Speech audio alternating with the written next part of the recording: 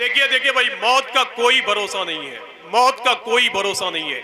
हमारी जमात के बहुत बड़े आलिम, पूरे हिंदुस्तान में अपनी तकरीर के हवाले से एक पहचान बनाने वाली ज़ात हुजूर शाह अल्लामा मुफ्ती निज़ामुद्दीन साहब नूरी, जिनका ताल्लुक बराऊं शरीफ से था।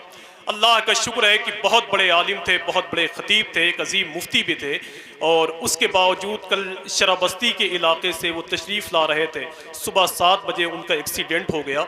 उनका सगा बेटा 32 साल उसकी उम्र थी, वो स्टीयरिंग ड्राइविंग कर रहे थे, वो उनका तो उसी वक्त इंतकाल हो गया। मुफ्ती साहब 2 घंटे तक उसी गाड़ी में उनके सर पे चोट लगी, वो अपने बेटे की लाश को 2 घंटे तक देखते रहे जिंदा रहने के बाद भी, और उसके बाद बर्दाश्त नहीं कर पाए, उनका भी इंतकाल हो गया। तो एक दिन सबको मरना है। दुआ करें अल्लाह उन्हें हुजूर की शफाअत से माला माल फरमाए, अल्लाह उनकी दीनी खिदमात को कबूल फरमा दे, अल्लाह उन्हें करवट करवट जन्नतुल फिरदौस नसीब फरमाए। बड़ा हसमुख चेहरा था, बड़े वजूद के मालिक थे, बड़े इल्मी कदो कामत के एतबार से पूरे हिंदुस्तान में मशहूर थे। अल्लाह उनकी ज़ात के सदक़े में हमें आखिरत की तैयारी का जज्बा अता फरमाए। मैं शेर पढ़ता हूँ, सुने आप। कि तेरी गली में जो बिस्तर लगाए बैठे गए, वो दोनों हाथ जहां से उठाए बैठे गए। उबैदा जंग का मैदान जरूर जीतेंगे, उमर जमीन पे मुसल्ला बिछाए बैठे गए। उबैदा जंग का मैदान जरूर जीतेंगे। कोई एक आदमी एक नारा लगा दे भाई, बहुत थका हुआ हूं मैं। सुभान अल्लाह।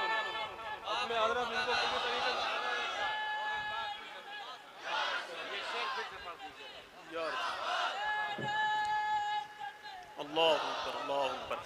मेरी जमात के उलमा का यह हुक्म है कि इस शेर को दोबारा पढ़ दूं। तैयार है सुनने के लिए भाई?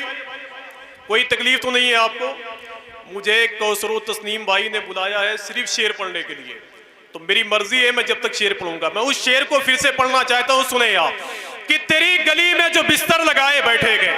अगर आपकी आवाज थोड़ी सी कम हुई तो मैं अपनी आवाज को बहुत कम कर दूंगा। तेरी गली में जो बिस्तर लगाए बैठे गए, वो दोनों हाथ जहां से उठाए बैठे गए। उबैदा जंग का मैदान जरूर जीतेंगे, उमर जमीन पे मुसल्ला बिछाए बैठे हैं। उमर जमीन पे मुसल्ला बिछाए बैठे हैं, और निकाल लेंगे जहन्नम से अपनी उम्मत को। हुजूर आस्तीन अपनी चढ़ाए बैठे, निकाल लेंगे जहन्नम से अपनी उम्मत को। नारे तकबीर, नारे रसालत, जश्न ईद मिलादुन्नबी, मसलके आला हजरत। अब मैं आखिरी शेर पढ़ना चाहता हूँ, सुने आप। आखिरी शेर का ताल्लुक हुजूर की बारगाह से। मैंने मदीने शरीफ में अल्लाह का शुक्र है कि बड़े बड़े लोगों को हुजूर की बारगाह में झाड़ू लगाते हुए देखा है। मैं महमूद गजनवी के वाकयात को छोड़ना नहीं चाहता, मेरे पास वक्त नहीं है, लेकिन मैं उसी तरफ इशारा करके एक शेर पढ़ता हूं। अगर एक आदमी खामोश हो गया तो मुझे बहुत तकलीफ होगी। तेरी गली में जो बिस्तर लगाए बैठे गए, अगर मैं अपने बाप की तारीफ करूं तो वहीं से मुझे पत्थर से मार दीजिए। अगर रसूल पाक की बात करूं तो पूरा मजमा। कि तेरी गली में जो बिस्तर लगाए बैठे गए, वो दोनों हाथ जहां से उठाए बैठे गए। उबैदा जंग का मैदान जरूर जीतेंगे, उमर जमीन पे मुसल्ला बिछाए बैठे गए। निकाल लेंगे जहन्नम से अपनी उम्मत को। हुजूर आस्तीन अपनी चढ़ाए बैठे गए, और जमीने कुए मोहम्मद की दिलकशी देखो कि बादशाह भी कंबल बिछाए बैठे। जमीने कुए मोहम्मद की दिलकशी देखो कि बादशाह भी कंबल बिछाए बैठे गए, कि बादशाह भी कंबल बिछाए बैठे गए।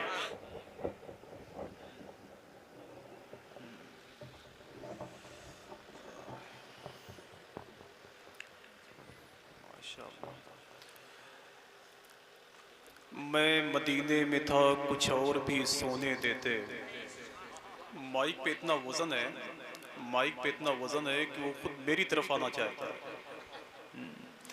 मैं मदीने में था, कुछ और भी सोने देते। रात होने को जो आई थी तो होने देते। बांटते हैं वो तबस्सुम से तबस्सुम सबको, मेरे सरकार किसी को नहीं रोने देते। बांटते हैं वो तबस्सुम से तबस्सुम सबको, मेरे सरकार किसी को नहीं रोने देते। सना खान रसूल मोहतरम मौलाना इंतखाब साहब जो अपनी शायरी के हवाले से अल्लाह का शुक्र है कि आपके दिलो दिमाग के करीब पहुंच रहे थे, उनके शायद दिल की आवाज़ यही थी कि दरे रसूल पे जाने की कोशिशें कर लो, दरे रसूल पे जाने की कोशिशें कर लो, यही खुदा को मनाने की कोशिशें कर लो। बुलंदियाँ मुझे नाते नबी ने बख्शी हैं, गिरा सको तो गिराने की कोशिशें कर लो। माइक ठीक रखिए भाई। बुलंदियाँ मुझे नाते नबी ने बख्शी हैं, गिरा सको तो गिराने की कोशिशें कर लो। अल्लाह का शुक्र है कि हुजूर की महफिलों में जहाँ लोग बैठ करके हुजूर की नातें सुनते हैं, वहीं हुजूर की बात भी अल्लाह का शुक्र है कि अपने दिलो दिमाग में बसा करके अपने घर लेकर जाते हैं। अल्लाह का शुक्र है कि सरकार की महफिल में सरकार की बात करने के लिए मुरादाबाद का वो ख़तीब आया हुआ है, जिसको दुनिया हुजूर शाह अल्लामा मुफ्ती गुलफाम साहब रामपुरी के नाम से मौसूम करते हैं। थोड़ी देर के बाद वो भी आ जाएंगे, जिनकी गुफ्तगू को समाअत करके अपनी प्यास को बुझाने में इंशाअल्लाह आप कामयाब हो जाएंगे। शहजादे सरकार मखदूम सिमना की सूरत में हुजूर शाह अल्लामा सैयद सलमान मियाँ साहब वो भी आएंगे, जिनको देख करके अपने दिल को सुकून के खेमे के हवाले कर सकते हैं। यहाँ जितने लोग बैठे हुए हैं हुजूर की महफिल के हवाले से अल्लाह का शुक्र है कि हुजूर की महफिल में आने के बाद में जो शरफनामा हमको और आपको मिलता है, अगर इसकी हकीकत और अज़मत हमको मालूम हो जाए तो शायद अपने घरों के दरवाजे बंद कर देंगे हुजूर की महफिल के लिए। एक आखिरी बात मैं आपसे करना चाहता हूँ, इतनी बड़ी महफिल है महोना और बबरी के इलाके में, अल्लाह का शुक्र है कि आपको देख करके हमारी भी तबीयत खुश हो गई कि यहाँ इतने अच्छे लोग हैं, इतने सलीके से बैठे हुए हैं। बगदाद शरीफ में एक अल्लाह का वली था, वो जब किसी गरीब आदमी को देखता तो अमीरों से पैसे लेता, उस गरीब के हवाले कर देता। जब वो किसी जवान बच्ची को देखता तो उसके बाप को पैसे देता कर्ज लेकर के कि इसकी शादी कर दो। पूरे बगदाद शरीफ में इतना पैसा उन्होंने कर्ज ले लिया कि उस शहर में उनका चलना दूभर हो गया। जिस गली से वो जाते लोग कहते कि बाबा मुझे मेरे पैसे दीजिए, जिस गली से वो जाते लोग कहते कि बाबा मुझे मेरे पैसे दीजिए। बगदाद शरीफ के वो बुजुर्ग बहुत परेशान हो गए तो उन्होंने इरशाद फरमाया कि फला तारीख को मेरे दरवाजे पे लाइन लगा के बैठ जाना, उसी दिन सबका पैसा वापस कर दूंगा। सारे लोग उनके दरवाजे पर बैठ गए।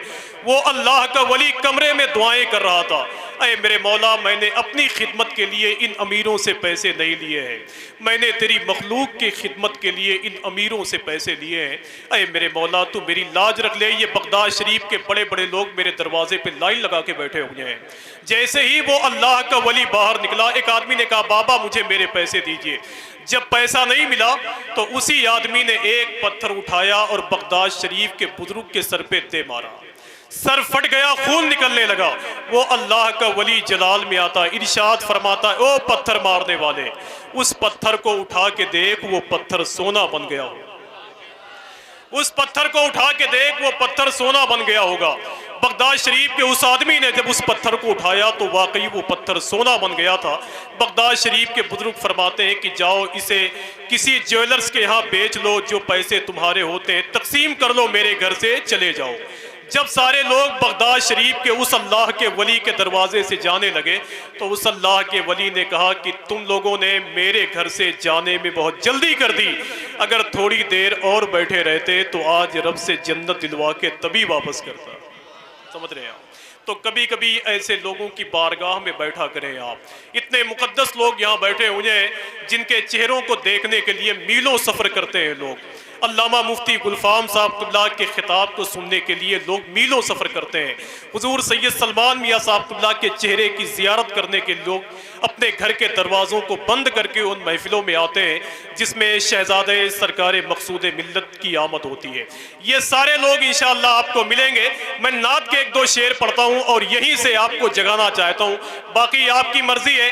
ये शहर आपका है, ये ज़मीन आपकी है, यहाँ के लोग आपके हैं। तेरी गली में जो बिस्तर लगाए बैठे हैं, माइक में इतनी आवाज नहीं है कि वो हमारी आवाज को बहुत दूर तक पहुंचा दे।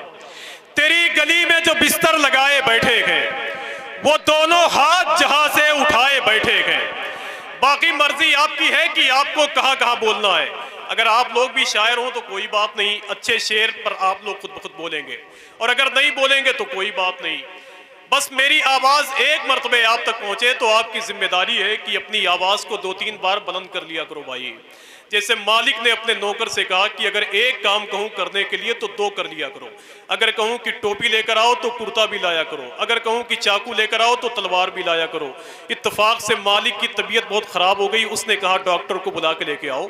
वो जब गए डॉक्टर को बुलाने के लिए तो एक साहब उनके साथ में और खड़े हुए थे। मालिक ने कहा ये कौन है? कहा ये डॉक्टर साहब हैं। कहा ये बगल वाले? कहा ये आपकी कब्र खोदने वाले हैं।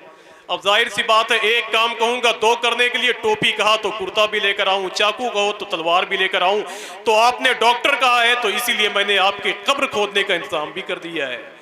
तो मैं ये कहना चाहता हूं आपसे कि मेरी आवाज अगर आपकी समातों के शहर तक गुजरे तो आपकी जिम्मेदारी है कि थोड़ा सा आप बोल लें भाई। तेरी गली में जो बिस्तर लगाए बैठे हैं, बाकी कितना बोलना है ये आपको तय करना है इंशाल्लाह। मैं जानता हूं कि मैं शेर ठीक पढ़ रहा हूं, नहीं बोलेंगे कोई बात नहीं। जैसे मजरूह सुल्तानपुरी एक मुशायरे में शेर पढ़ रहे थे, पहला शेर पढ़ा उन्होंने तो किसी ने कोई दाद नहीं दी, दूसरा शेर उन्होंने पढ़ा तो किसी ने कोई तवज्जो नहीं दी। तो मजरूह साहब कहते हैं कि हजरात बाकी शेर भी ऐसे ही हैं।